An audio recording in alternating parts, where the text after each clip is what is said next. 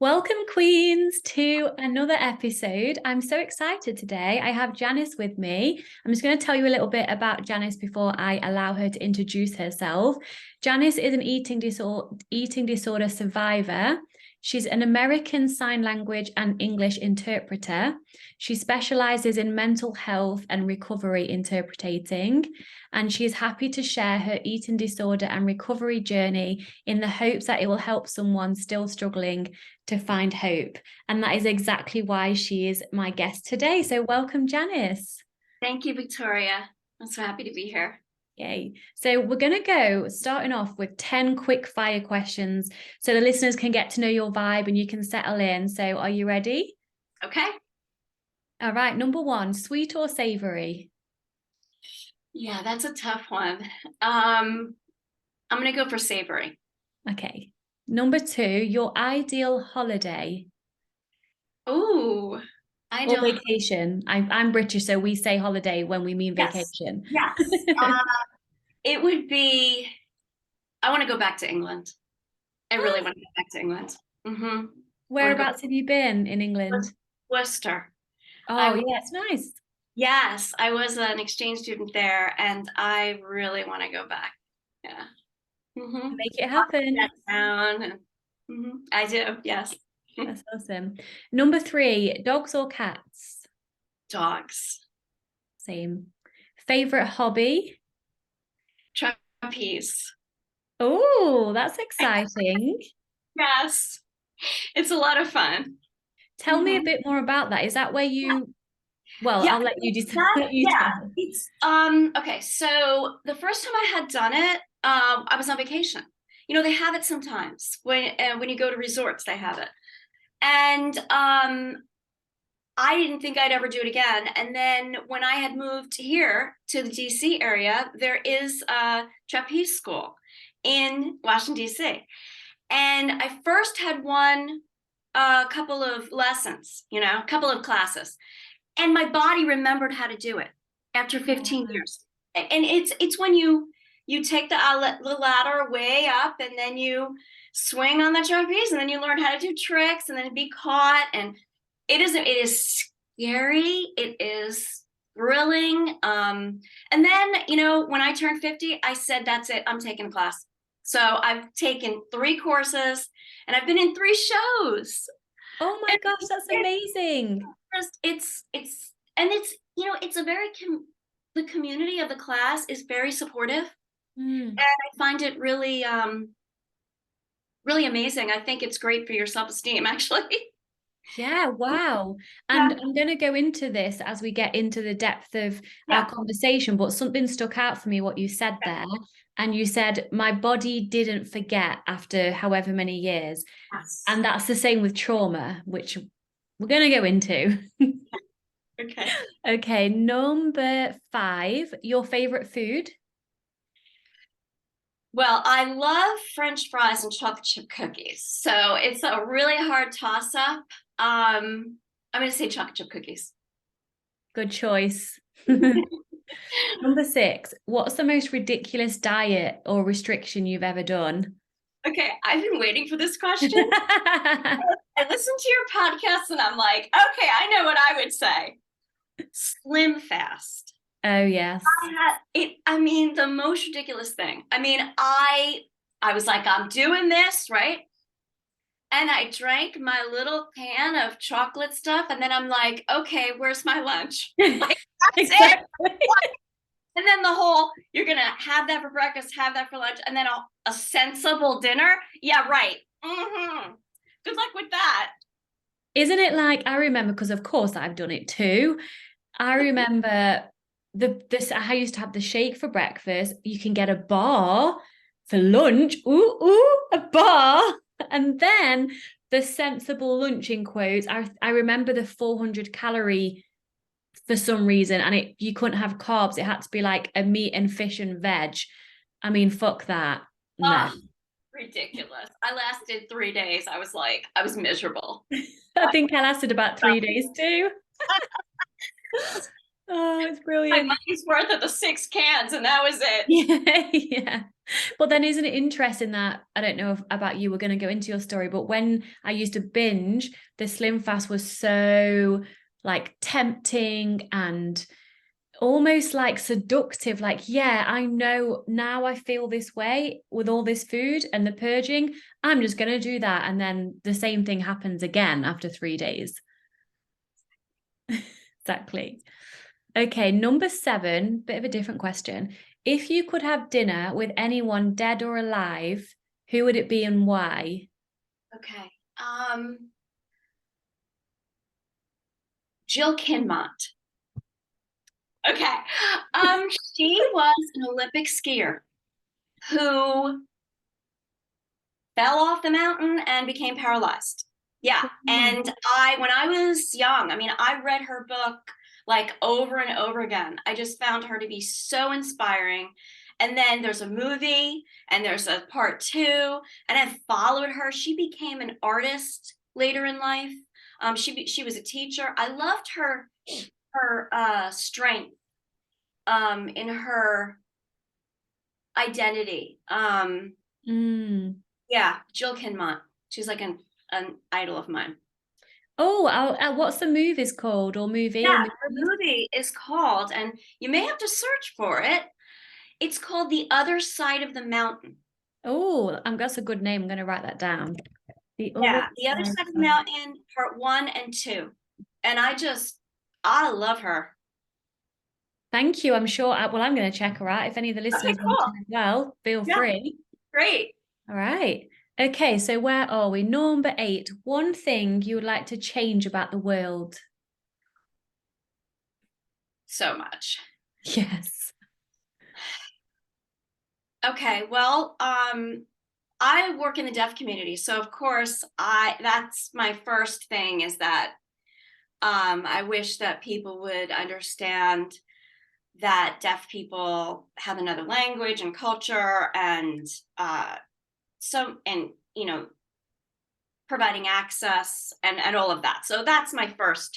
Mm. But regarding what we're talking about, I so wish that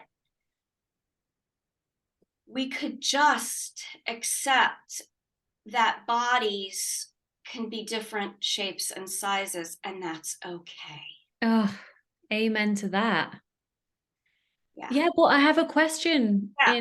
in backlash of that. Yeah. What would we then spend our money on? Right?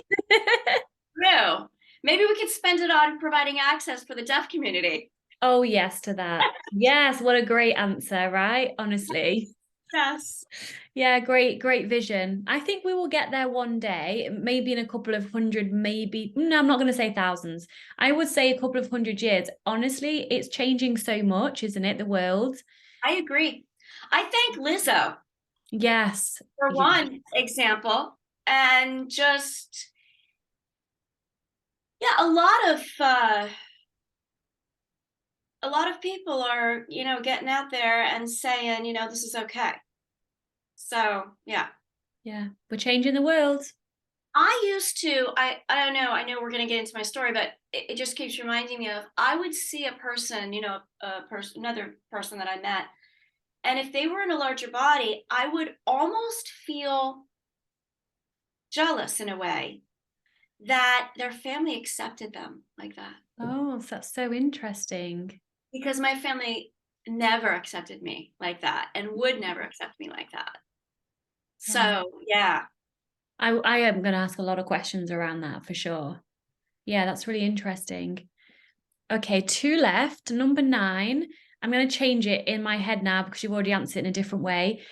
What's your favorite part of the day and why?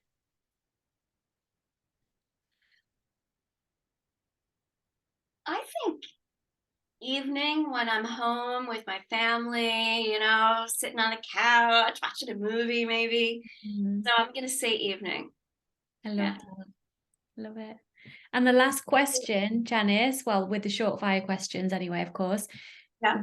What do you want people to take away from this conversation? I think that you can recover, and you can live a life that you thought you'd never be able to live, Mm. and that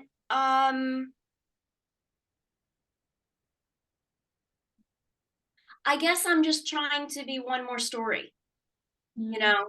one more story of that being possible. Yeah.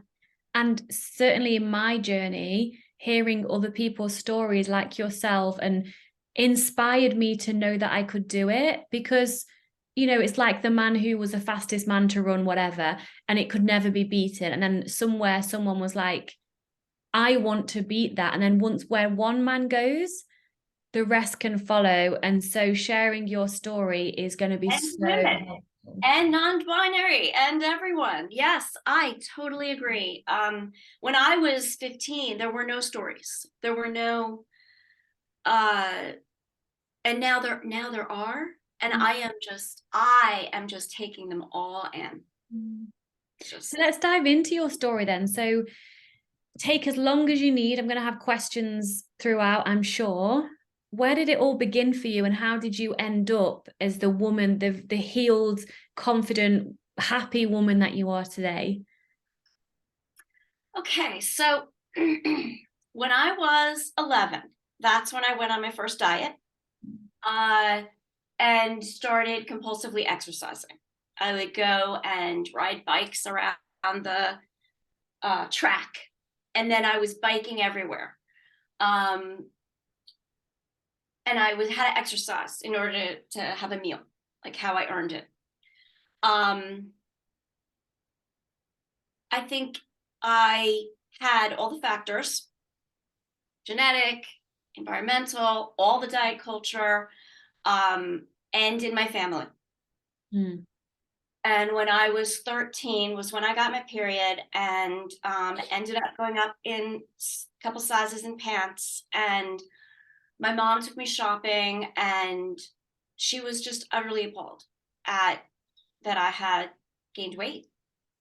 And really, it was because I got my period and my metabolism changed. But it was, I mean, I don't know if you want to call it like a small T trauma, but it was really enlightening for me that, wow, I am not supposed to gain weight, and this is just horrible, and I'd better not do that. Mm. Mm-hmm. um so then when I was 14, I started running with my dad, and my parents were great parents, but they were from a different generation, and I really believe that, you know, my dad at least was trying to save me from being a woman in a larger body and how the world treats them, right?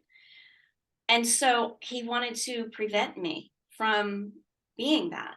And I started running with him, which wasn't a good idea. And then I started restricting. So when I was 14, I started majorly restricting.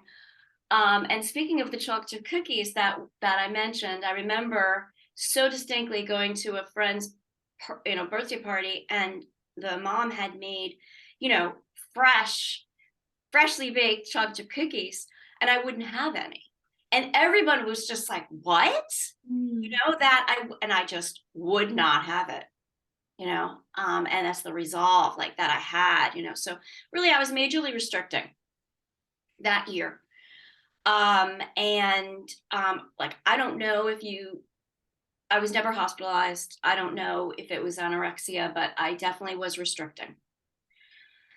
Then when I was 15, went to a family party, and I was starving, right? Because I got there and I was starving. And I was waiting for the dinner, but the dinner wasn't coming. There were a lot of appetizers, and that's all that was there. And so I didn't want to do it, but I ended up eating the potato chips and dip. And I ate so much potato chips and dip because I was so hungry that it was sheer panic. I was terrified. I thought, oh my God, I am going to just, instantly gain all this weight. And so that was the first time I purged. Mm. Yeah. And I thought that, oh, first I was like, this is disgusting. I'm never going to do this again. I can't believe I did this, and then I was like, wait a minute, this is kind of, maybe this is the way I can do it. I can eat whatever I want and then get rid of it and then, be skinny. And of course, it ended up taking over my life, right? So it was interesting. I could sort of eat really healthily for weeks at a time, even a month or so.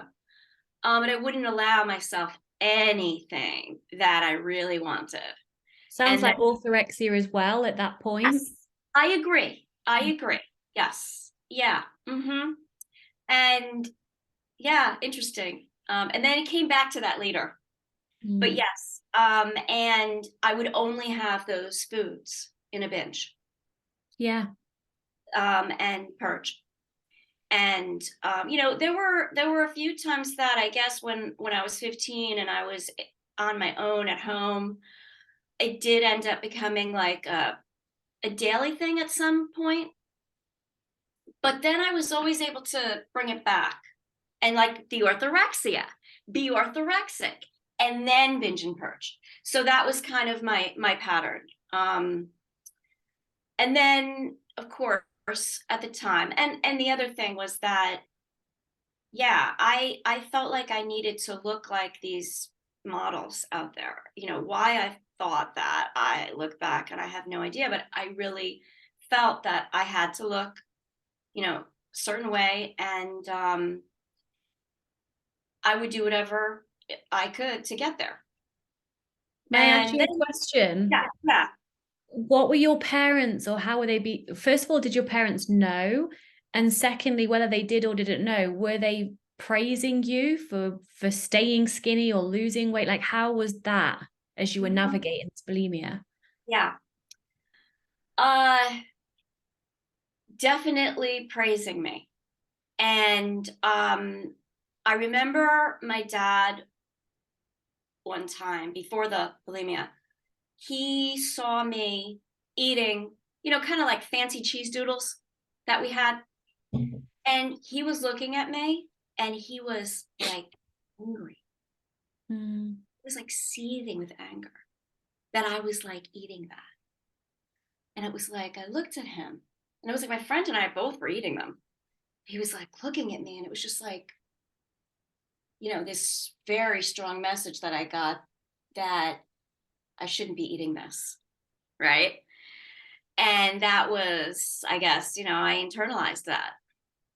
So yeah, they definitely praised me for being thin, for sure. And then later on were appalled again when I had gained weight when I was, you know, in recovery. Yeah. So as a Did they child then, know? Did they know? Uh, I think my mother was the queen of denial. mhm. And I think that, she knew, but she didn't let on. And when I was in college in a group therapy, my friends were like, I think you should, you know, let your mom know. I told my mom. It was scary, and I told her because they thought she would be maybe a support for me, and she never mentioned it again. Wow. Yeah, amazing. How is your relationship with her now? Is she still here? She's not still here. She died in 2020, but really interestingly, we became close after I became a mom. Mm. And so we were very close later on. Yeah, she somehow she became real. It was like she everything before had to be perfect, perfect, perfect. And then when I became a mom, I was like, wow, this is really hard. And she's like, yeah, it's really hard. And I was like, it is? Like she Yeah. finally started being real with me. Yeah. So yes, we were close later on for sure. And that's beautiful that you rekindled that relationship. But I'm not a mother myself, but my sister's a mother, and I work with many clients who are mothers, and it's not easy. There's no manual. You do the best with what you have. And of course, I'm sure you know this, your mum was just being the best she could with the patterns and the genetic blocks and conditioning that she had had, and you've broke that pattern.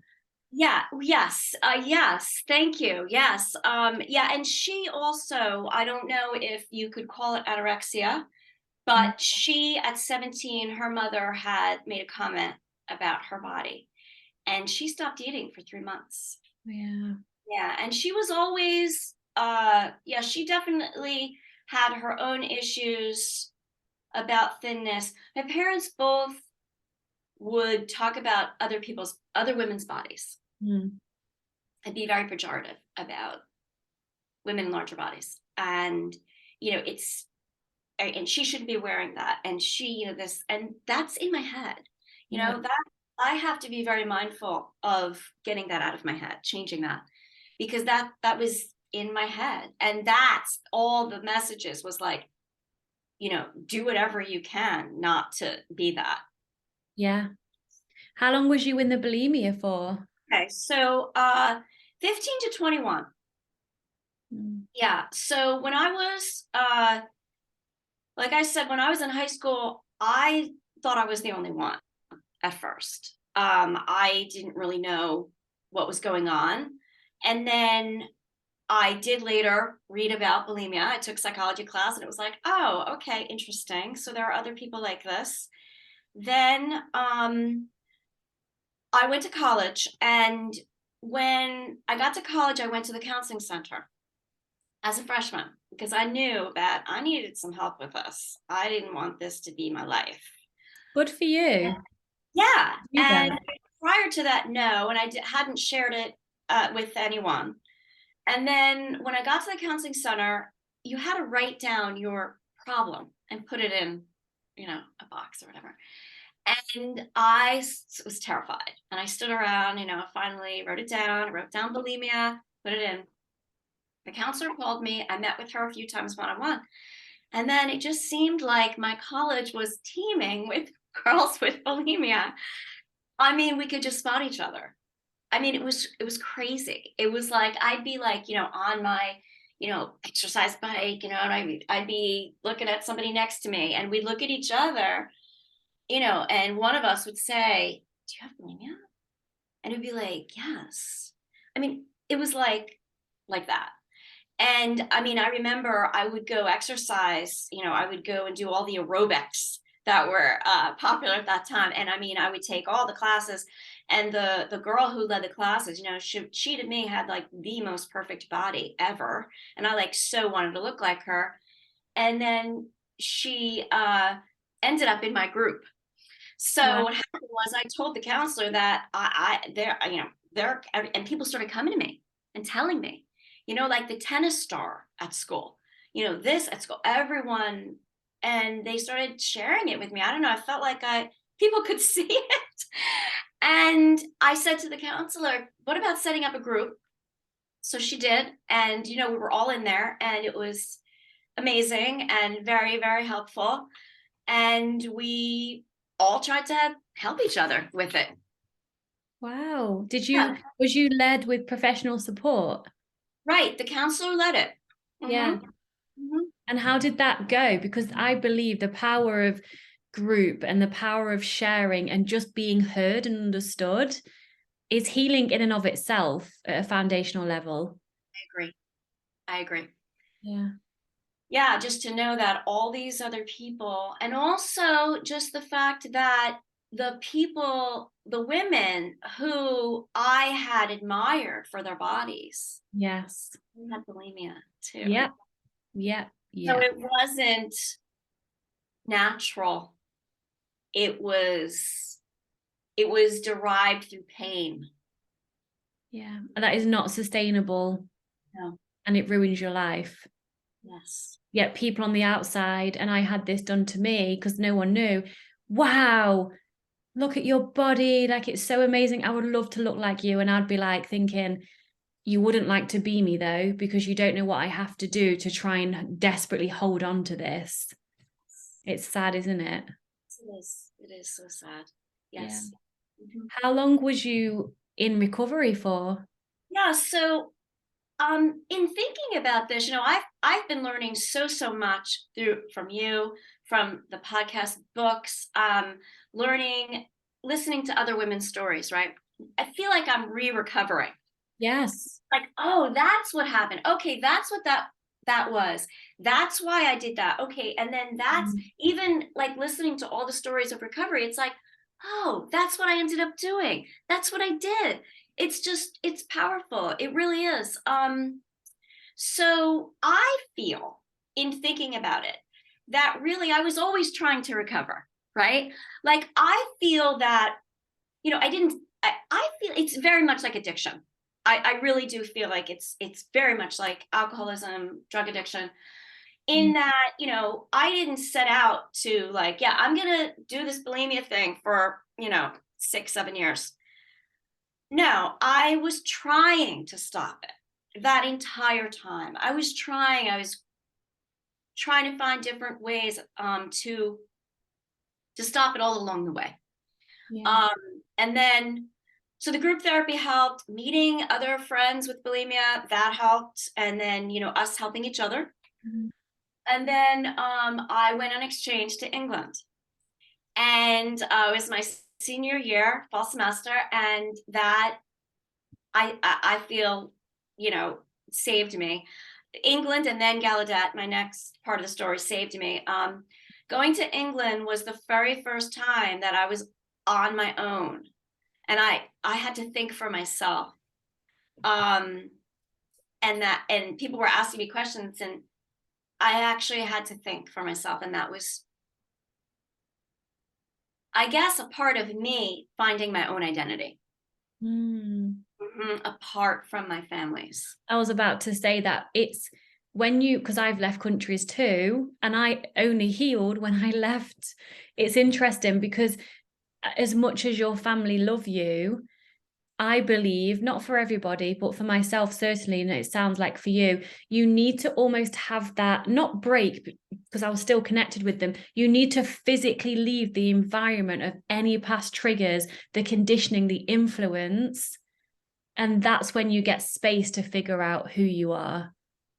I agree. I didn't know it was going to be that, but that's what it ended up being, yes. And the culture. I know that it's been 30 years, and I from what I see, I think that poor England has, adopted the American obsession with thinness. Yes. There, it was really, really quite amazing, because I felt the culture was so different, and it wasn't focused on our bodies. And there was a lot more permission to eat. I mean, I couldn't believe it. My roommate and I, we had biscuits, right? Cookies, biscuits, and tea. Always, people would come in, like we had an open door policy. People would come in and out all hours of the day and night. And, we would have tea and biscuits. My classes would stop for tea break. I was like, this is amazing. What is this? We would actually go, and we'd have tea and maybe a scone.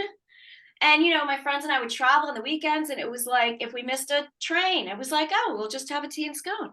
Do you want a cuppa? Put the kettle on. It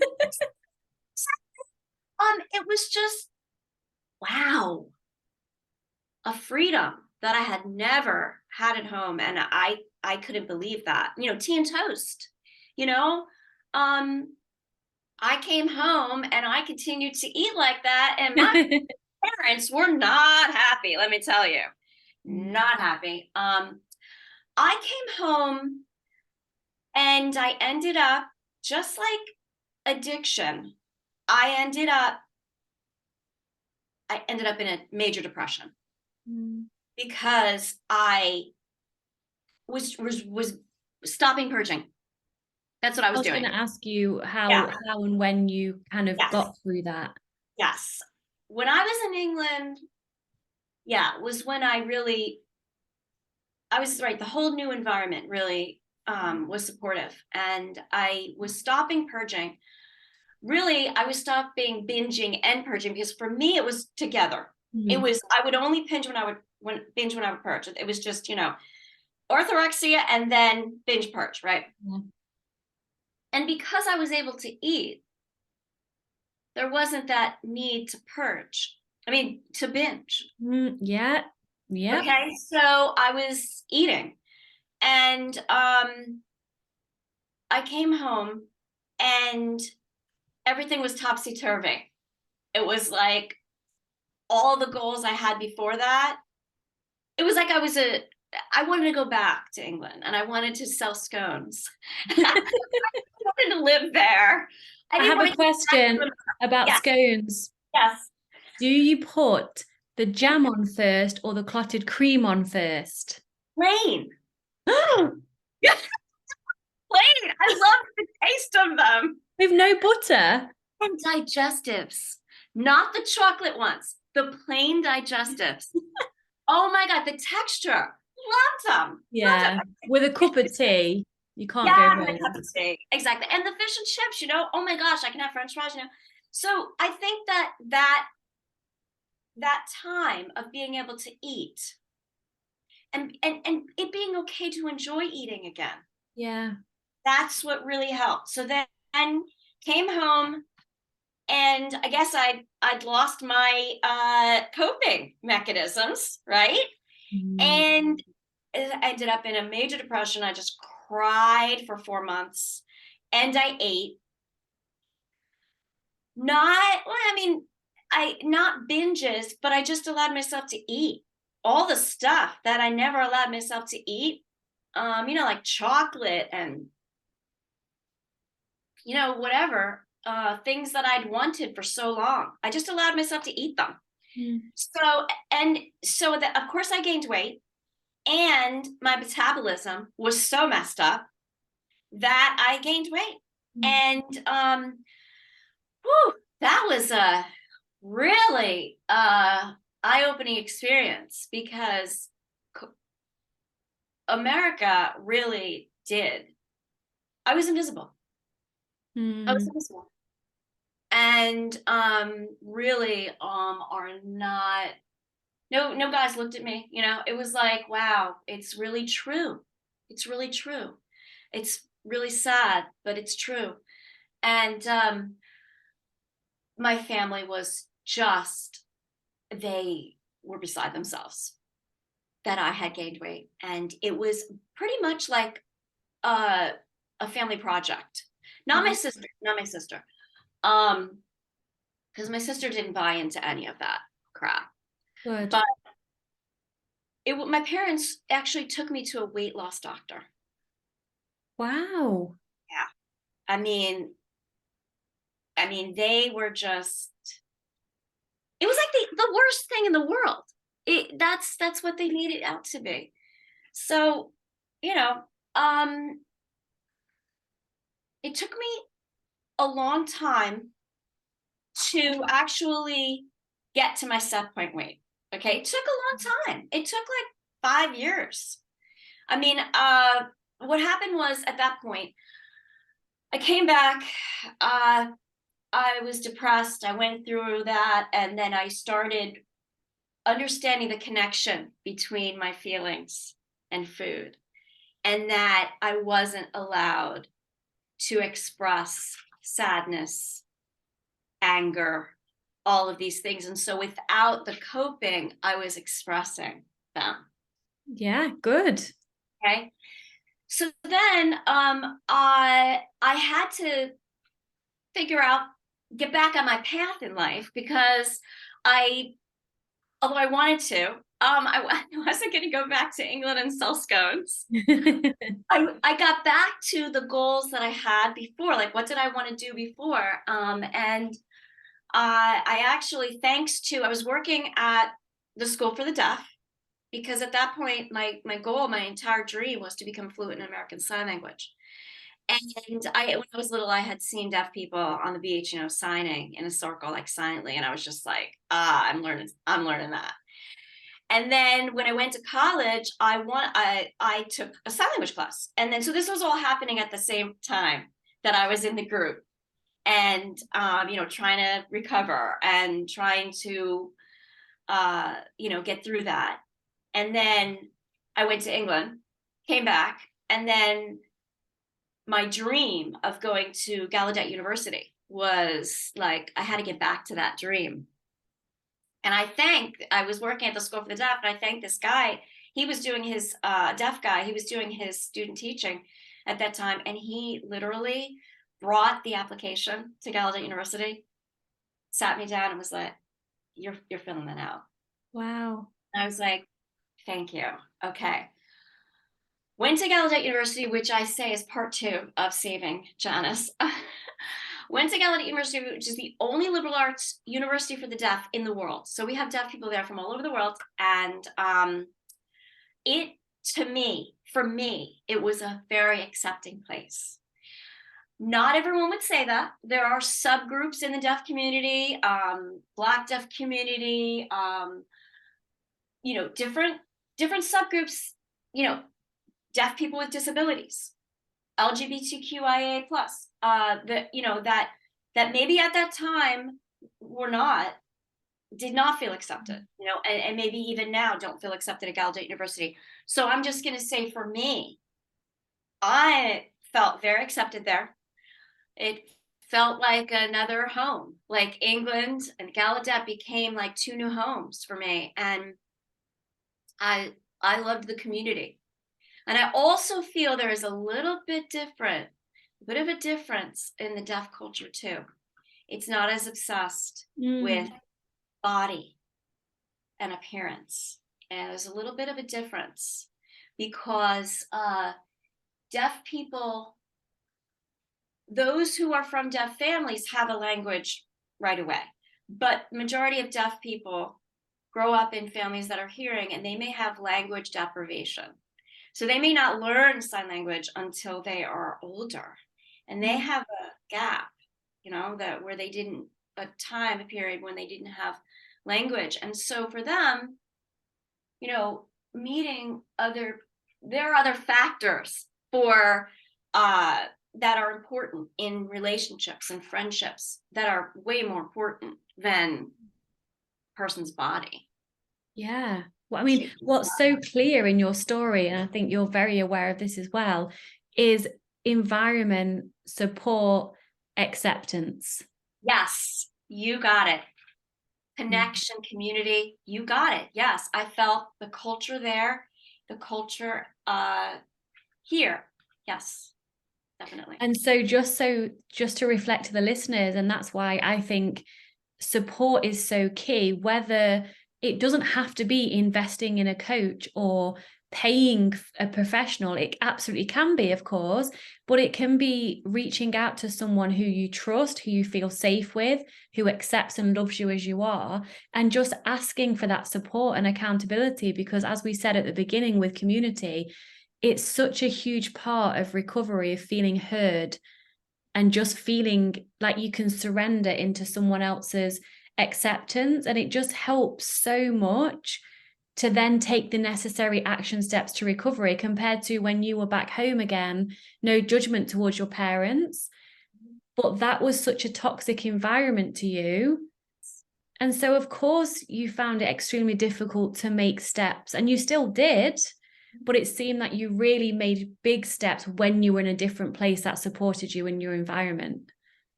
Yes, exactly. Yeah. Okay, there are a couple of things I want to say about that. Victoria, at that time, a coach, an eating disorder coach, wasn't even a term for that. So I would encourage those struggling to see you, to go to Victoria, go to a coach, if because they're there now. Yes. Yes, I found a similar path, but it took longer. Yes, that's it. Because I was searching the whole time. And you can kind of put everything together and kind of compress it, I think. So I would encourage, you to go to Victoria. I would encourage that, because like I say, there wasn't anything like that at the time. Yeah. And I didn't know that you could get through this. Yes. I never thought that I would be able to. I have a family now. I have two daughters. I have a great husband, two daughters, and I never thought that I would be able to have children and food in the house, that would be possible for me. I just never did. So, yeah. Okay. So the other thing that I wanted that you made me think about is that, yes, community environment, right? And you're absolutely right that it was a toxic environment for me. That wasn't a term then either. But looking back now, as you're describing it, that's what it was. And I had to push myself out the door. Yeah. I had to go find an apartment like on the sly, because my dad, especially, he wanted me to stay. I mean, of course, he wanted me to save money and all of that. And, he was looking out for me. My parents really were very good parents in other aspects, in other realms, very good parents, and loved us very much. But in that aspect, it was a disaster for me. So their values, Mm. it was a toxic environment. I had to push myself out the door. I had to eventually move out, get my own place, and start my own life. And yes, very When much. did your healing journey kind of turn the corner and get on the home run, if you like? When Yeah. was it So when you then moved out? actually, when I had come back, then I went to Gallaudet. I guess I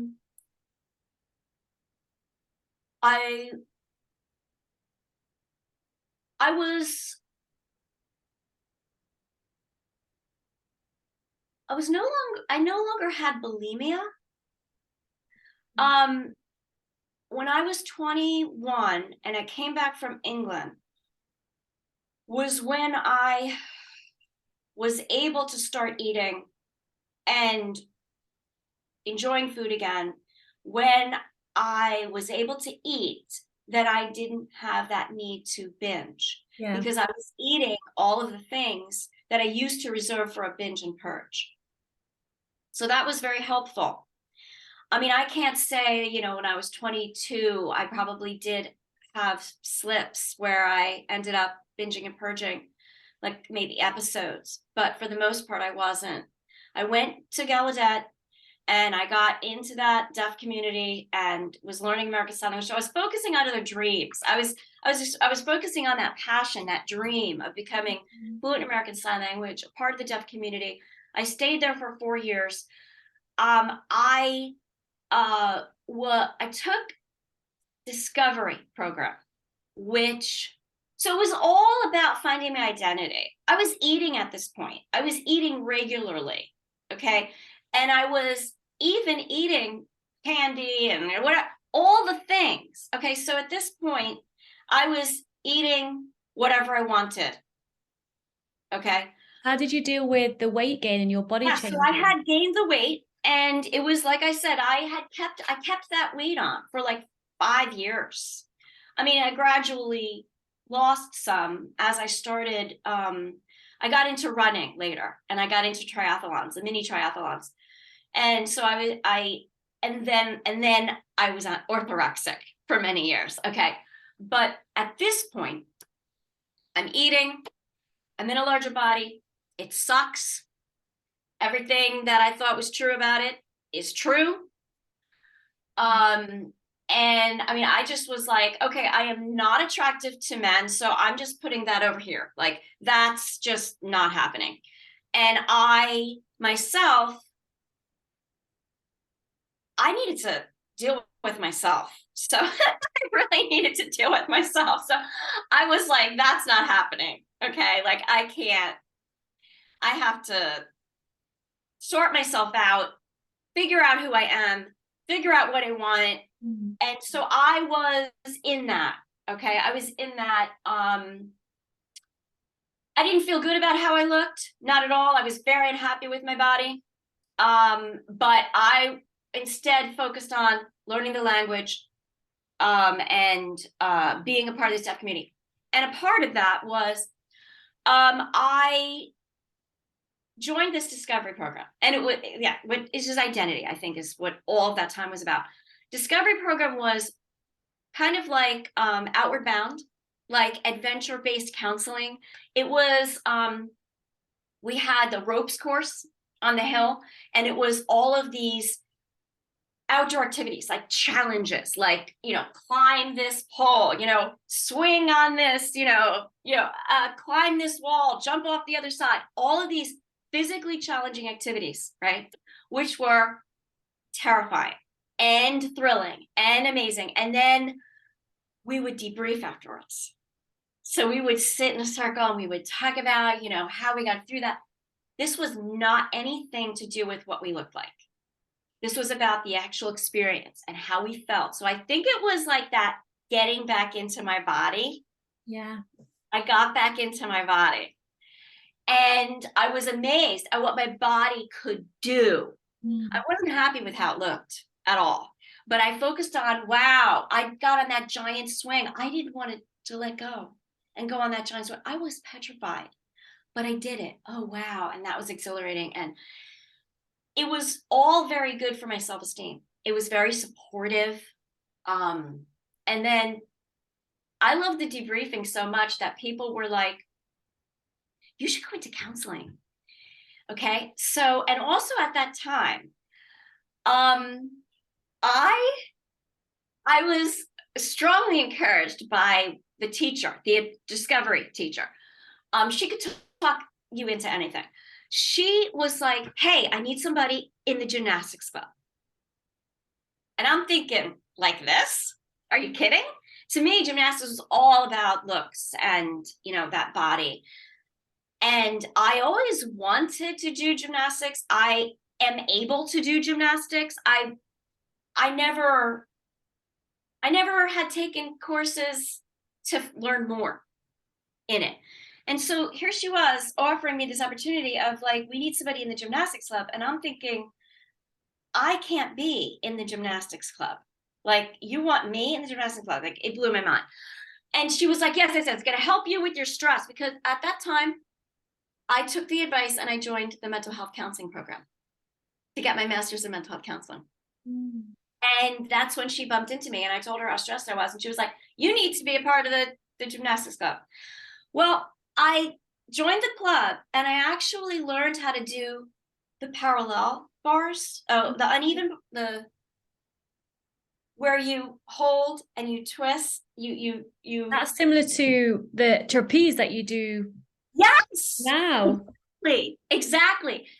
And I never thought I'd be able to learn that because, I didn't have the body for gymnastics. So why should I take gymnastics? So I thought I would never learn how to do that. I learned how to do that. I was actually in a show. I mean, I don't know where that show is on somebody's videotape. And that was mind-blowing for me. I was in the mental health counseling program. Thank God. The counseling program required you to go for individual therapy. Okay, so here I am. I went to see the therapist, never thinking that I was going to tell her about my bulimia. I didn't plan to at all. I was going to keep this over in this nice box over here.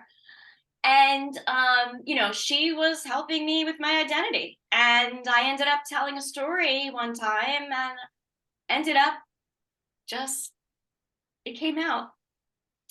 And she was like, well, what did your parents do? And I was like, my parents? I'm like, no, my parents didn't know.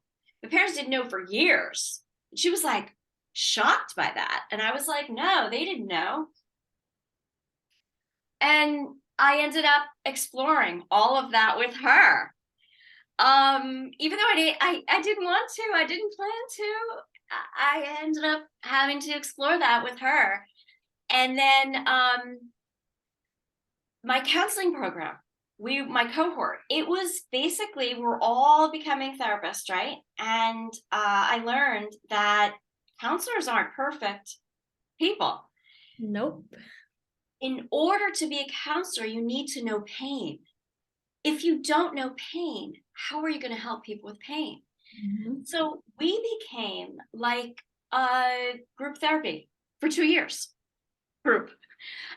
Everybody knew everything about everybody, and I was able to share my recovery from bulimia, and my you know I still had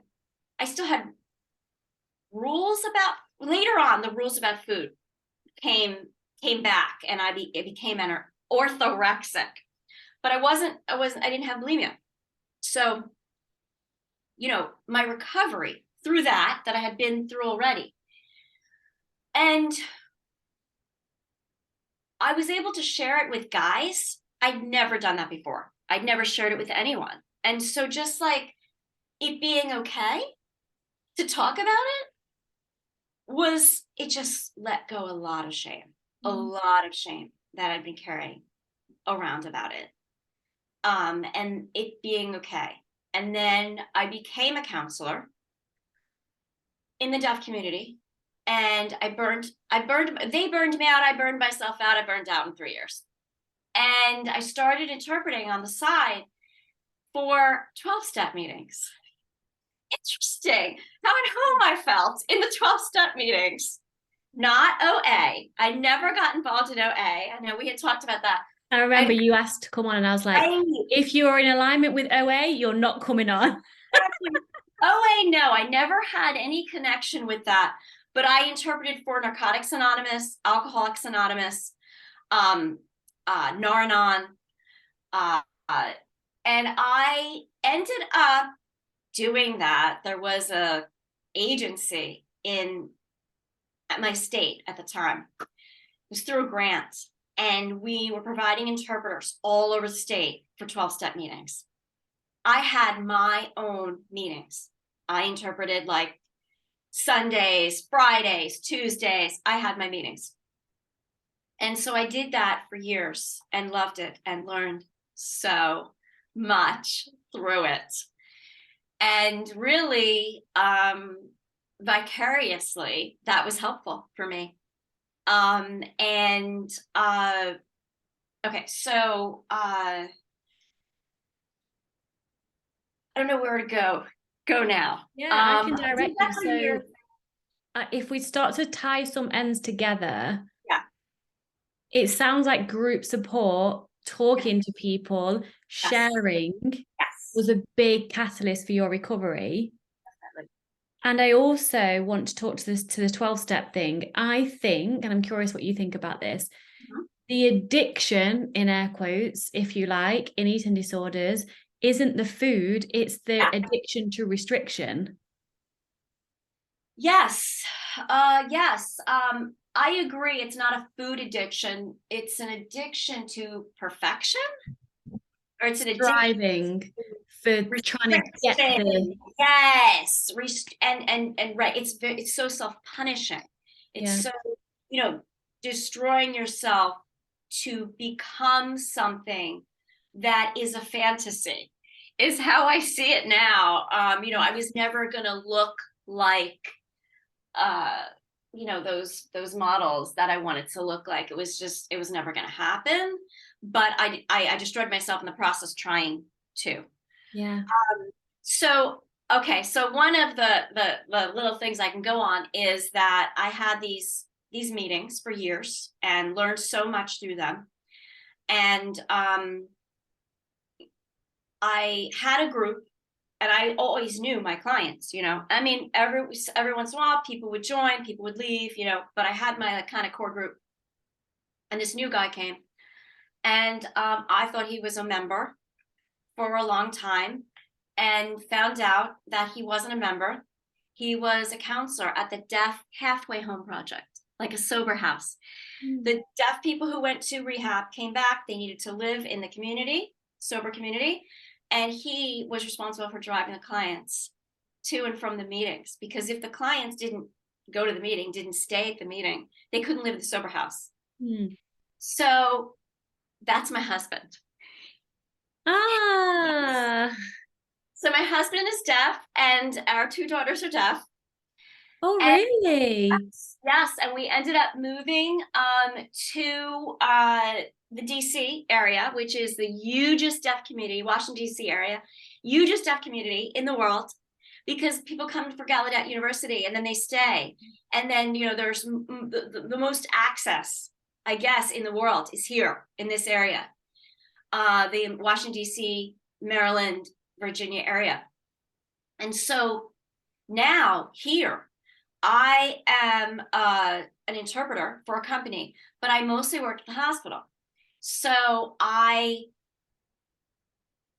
medical and mental health interpreting is what I do and what I love. And I interpret for 12-step meetings, and I interpret at the inpatient psych unit and at the behavioral treatment center for psychiatry appointments and group therapy. Wow. I'm actually interpreting for this now. Now, I went through a part, like, I wanted to be like you. Like, I wanted to help. I wanted to be a counselor for eating disorders. I wanted to do that, or even be in adventure-based counseling, kind of like do Outward Bound and like lead that and that kind of thing. However, I kept on hitting the wall that I wasn't going to be in the deaf community. It was because there were so few, and then I'd end up being with hearing community, and I didn't want to work in the hearing community. I wanted to be in the deaf community. That was my commitment. So that's how miraculously I'm able to do that now. It Yes. worked. Yeah. I see that. I mean, I believe everything happens for a reason. I also believe if we so choose to, we all get given breadcrumbs to follow in life. And we don't have to follow them because we have free will. It sounds like you have. Makes me stomp on them and push them away. Exactly right. And then when you follow the breadcrumbs, you end up with a loaf of bread, and then you end up with your own bakery. And I believe that the deaf community for you, let's bring this back to love. You met your husband who is deaf and now your two children. Imagine if you had no experience in the deaf community. Well, number one, you wouldn't have even met Oh, right. him. Exactly. Well, can you, like, everything just like comes together so beautifully. So what would you, I have about 10 minutes. Are you still Okay. okay for Yes. time? Thank you. I'm glad we do. Okay, great. So if someone is listening to this and they're like, do you know what? I resonate so much. I'm in the bulimia, let's say. What advice would you give to them for them to break free from this crippling eating disorder? Okay. So I get the fear.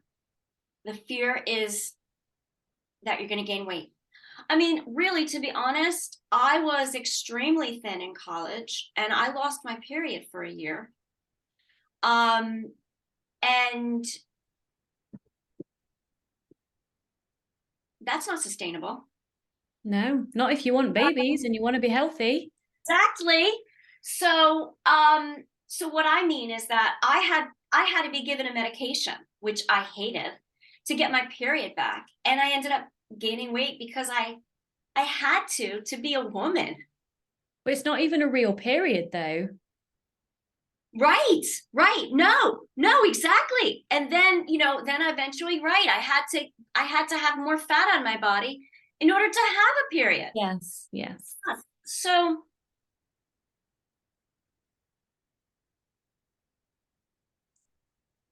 there is going to be some weight gain, probably.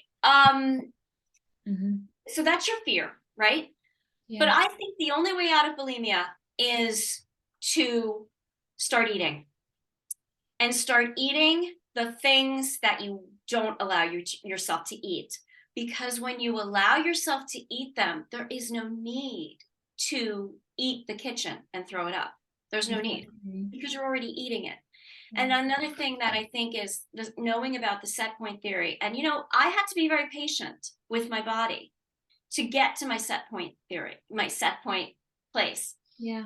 Because I was exercising, I ended up running, for pleasure. I ended up doing sprint triathlons because I really loved them, even though I felt like I didn't have the body for it. I did it, and it took me a long time to get to my set point, right? So I wasn't happy with my body the way it looked, but I was focusing on what it could do. That's what got me through it. Okay, but I think the eating allowing yourself to eat, and then getting through that time of when maybe your metabolism isn't going to be as quick as you'd like it to be, and you might have some weight gain for a while. But I think that eventually you do get to a point where your body is supposed to be. And my body isn't supposed to be Christy Brinkley's, unfortunately. Mm. That's what I wanted. I wanted to be Christy Brinkley. But I found out through, the hard way that my body isn't supposed to be Christy Brinkley's. And I had to be okay with that. Yes. That like, this is okay. And honestly, this is what I would have been if I didn't destroy myself in the process. I wouldn't have screwed up my metabolism. I would have looked like this, and it would have been okay. But the thing is it wasn't okay because I wasn't like Christy Brinkley. But in the end, no matter what I did, I couldn't be Christy Brinkley. And I have to be Janice, and I have to accept that this is Janice. And now I eat, and I was able to, have a family, and give birth.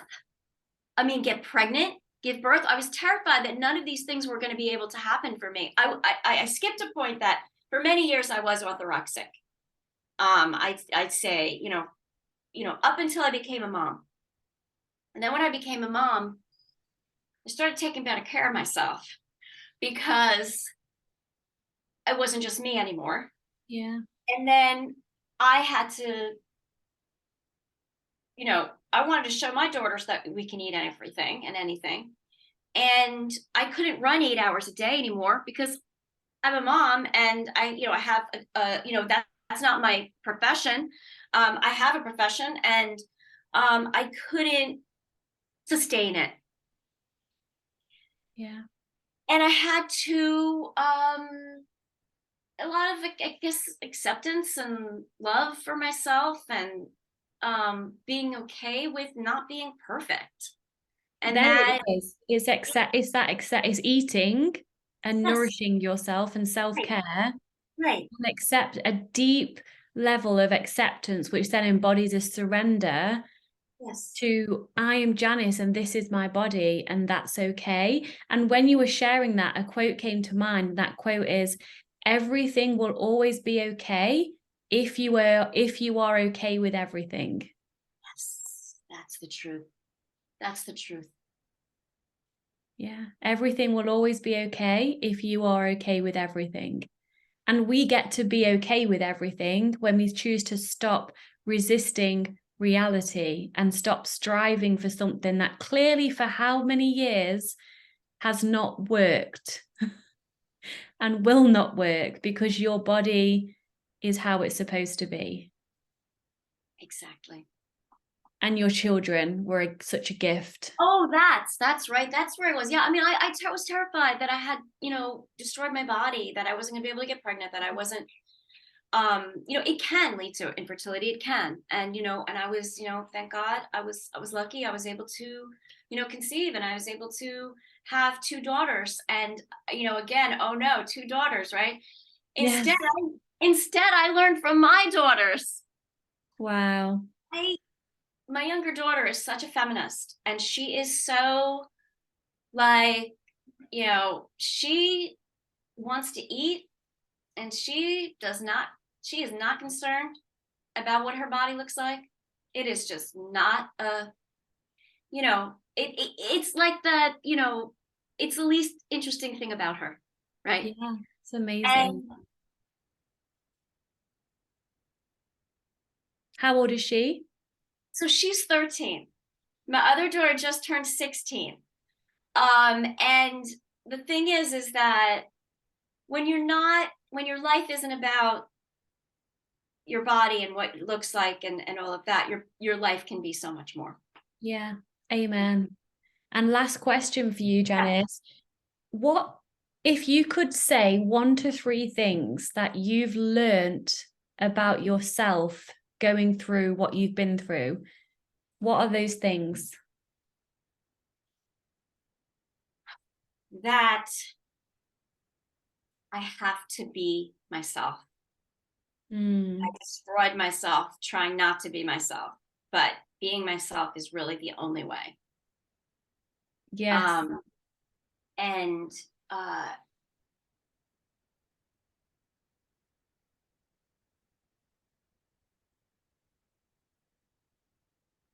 yeah, not letting body shape and size, take up my whole mind and all my energy, and that, that's not what we're here for. Like, we're not here. Like, I wasn't born to lose weight and be skinny. Like, that's not, what I was meant to do. And that's not like the highest goal for myself. Like, I had wanted to be like a Dallas Cowboys cheerleader. Okay. Nothing against the Dallas Cowboys cheerleaders. Awesome. Good for you. Great. But I think that I am doing more with my life as a sign language interpreter than just living for what my body looks like. Yeah. Offering that to the world. My body is not what I'm offering to the world, I think. Yeah. That's what I'm saying. That's I have more than my body to offer the world. Yeah. And let's focus on those other things that we can offer the world. Yeah. The gifts that each of us have. Yes. Yeah. Yes. Thank you so much for sharing your story.